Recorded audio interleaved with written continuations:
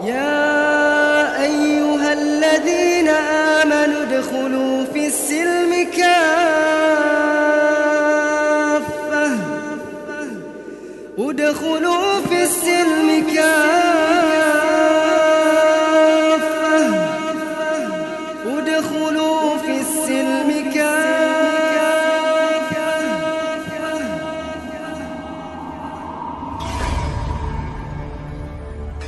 Inilah Buletin Dakwah Kafah edisi 278, 27 Jumadus Tsaniyah 1444 Hijriah atau 20 Januari 2023 Masehi dengan judul Selamatkan Remaja Indonesia dari Perzinahan.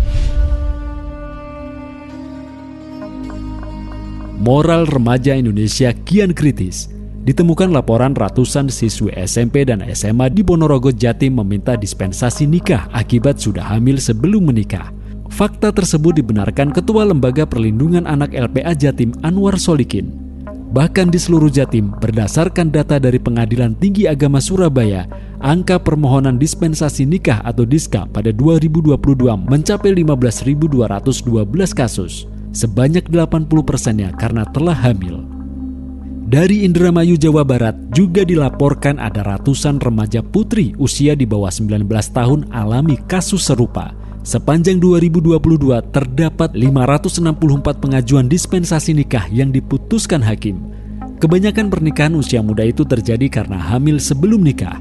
Sementara di Bandung, 143 siswi ajukan dispensasi menikah yang sebagian besar terjadi lagi-lagi karena hamil akibat zina. Zina, kejahatan, dan membawa bencana. Zina adalah kejahatan dan dosa besar. Allah Subhanahu wa Ta'ala berfirman, "Janganlah kalian mendekati zina. Sungguh zina itu tindakan keji dan jalan yang buruk." Terjemah Quran Surat Al-Isra ayat 32. Bahkan Nabi SAW menyebut zina adalah dosa besar setelah syirik. Sabda beliau, "Tidak ada dosa yang lebih besar di sisi Allah setelah syirik kecuali dosa seorang laki-laki yang menumpahkan spermanya dalam rahim wanita yang tidak halal bagi dirinya." Hadis riwayat Ibnu Abi Ad-Dunya. Demikian kejinya perbuatan zina, Allah Subhanahu wa Ta'ala sampai menyiapkan azab yang mengerikan kelak di akhirat. Nabi SAW bersabda, "Kemudian keduanya membawaku. Ternyata ada satu kaum yang tubuh mereka sangat besar. Bau tubuhnya sangat busuk, paling jelek dipandang, dan bau mereka seperti bau tempat pembuangan kotoran. Aku bertanya, siapakah mereka? Keduanya menjawab, mereka adalah pezina laki-laki dan perempuan." Hadis riwayat Ibnu Khuzaimah dan Ibnu Hibban. Namun sekarang, perbuatan zina sudah dianggap bagian dari pergaulan remaja Indonesia. Sebagian remaja menganggap bahwa berciuman, berpelukan, meraba pacar, termasuk berzina dengan lawan jenis bukanlah tabu dan terlarang. Sebagian remaja lagi bahkan berzina dengan pelacur. Malah ada juga yang terjun menjadi pelacur. Keperjakaan atau keperawanan sudah dianggap tidak perlu lagi. Ada beberapa sebab kerusakan moral ini terjadi. Pertama, remaja kita terpapar konten pornografi melalui internet. Pada tahun 2021, Kementerian Pemberdayaan Perempuan dan Perlindungan Anak Kemen PPPA mengungkapkan 66,6% anak laki-laki dan 62,3% anak perempuan di Indonesia mengakses pornografi secara daring atau online. Bahkan 38,2% dan 39% anak pernah mengirimkan foto kegiatan seksual melalui media daring. Data dari Kemen PPA juga mengungkapkan 34,5% anak laki-laki dan 25% anak perempuan pernah terlibat pornografi atau mempraktikkan langsung kegiatan seksual. Belum lagi perbuatan pencabulan hingga pemerkosaan yang dilakukan remaja akibat pengaruh pornografi. Kedua, di negara ini tidak ada sanksi keras yang mencegah perzinahan. Dalam KUHP terbaru yang disahkan DPR tahun lalu, perzinahan adalah hak delik aduan. Tanpa pengaduan, perzinahan tidak bisa dibawa ke ranah hukum.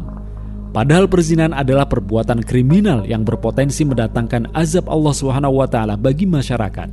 Nabi SAW sudah mengingatkan, jika zina dan riba sudah menyebar di suatu negeri, sungguh mereka telah menghalalkan azab Allah atas diri mereka sendiri.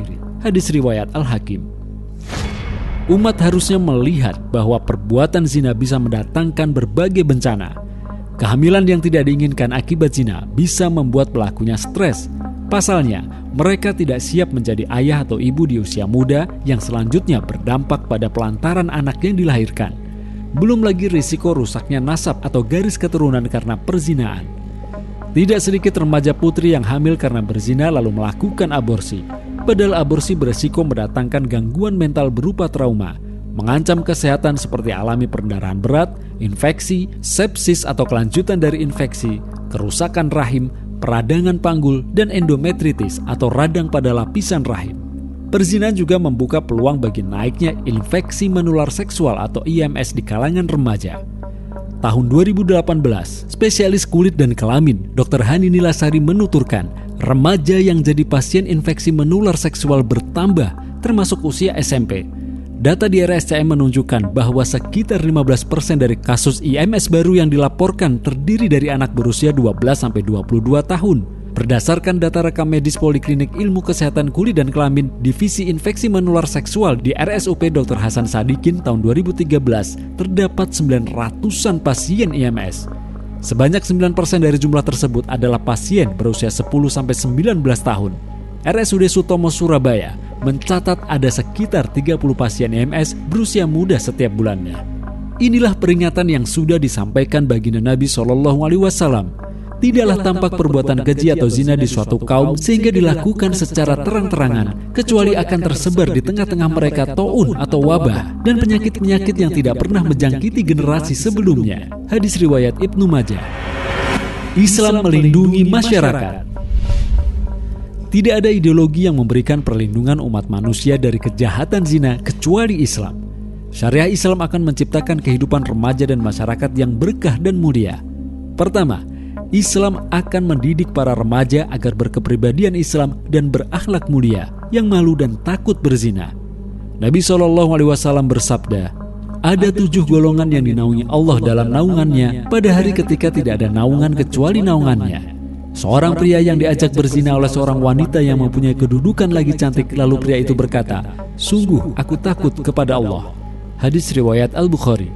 Kedua, negara yang menerapkan syariah Islam akan mewajibkan para pemuda dan masyarakat untuk menjaga adab seperti berpakaian menutup aurat, menjaga pandangan, serta melarang berbagai aktivitas yang mengarah pada perzinahan, seperti berkholwat atau berdua-duaan antara pria dan wanita dewasa yang bukan mahram.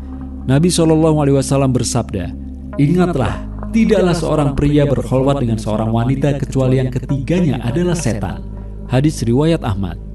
Ketiga, negara Islam akan mendorong para pemuda yang sudah sanggup menikah untuk segera berumah tangga. Hal ini bertujuan untuk menjaga kesucian diri dan meneruskan keturunan. Nabi SAW bersabda, wahai para pemuda, siapa saja yang sudah sanggup menikah, menikahlah. Hal itu lebih menundukkan pandangan dan lebih menjaga kemaluan. Siapa saja yang belum mampu, berpuasalah, karena puasa itu perisai. Hadis riwayat Al-Bukhari dan Muslim. Negara dalam Islam akan menghentikan peredaran pornografi dan porno aksi.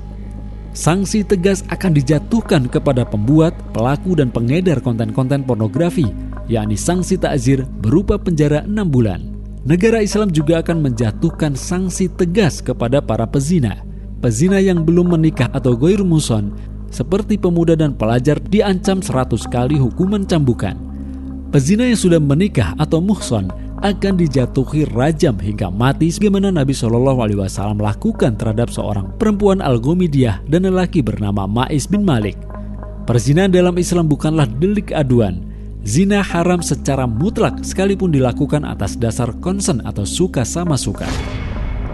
Lelaki dan perempuan yang melakukan tindakan asusila walau tidak sampai berzina seperti berkholwat, bercumbu dan sebagainya juga akan dijatuhi sanksi penjara bergantung pada jenis kejahatannya, semisal penjara 3 tahun. Wahai kaum muslim, khususnya orang tua, para guru, para alim ulama, apakah kita akan tetap berdiam diri melihat rusaknya generasi muda umat ini?